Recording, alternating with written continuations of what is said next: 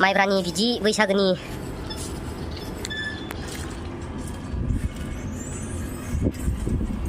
लाबो पात्रा रानबायबा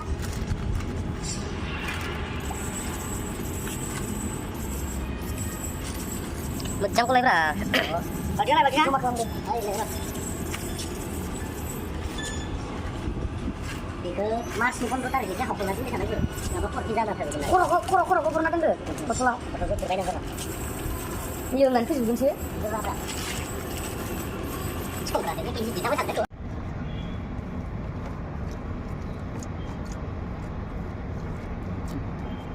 बार सोबथारनाङा जाबायदि गासिनो जाबाय मालखौ गोजौ सरायनो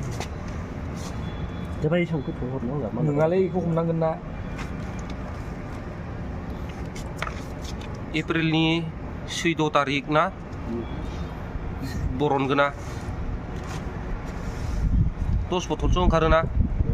बारासो ओंखारगोन 6 केजियालाय सिङाव थाग्राफोरनोलाय 10 ताकानि दै बथलजों हरबाय गैला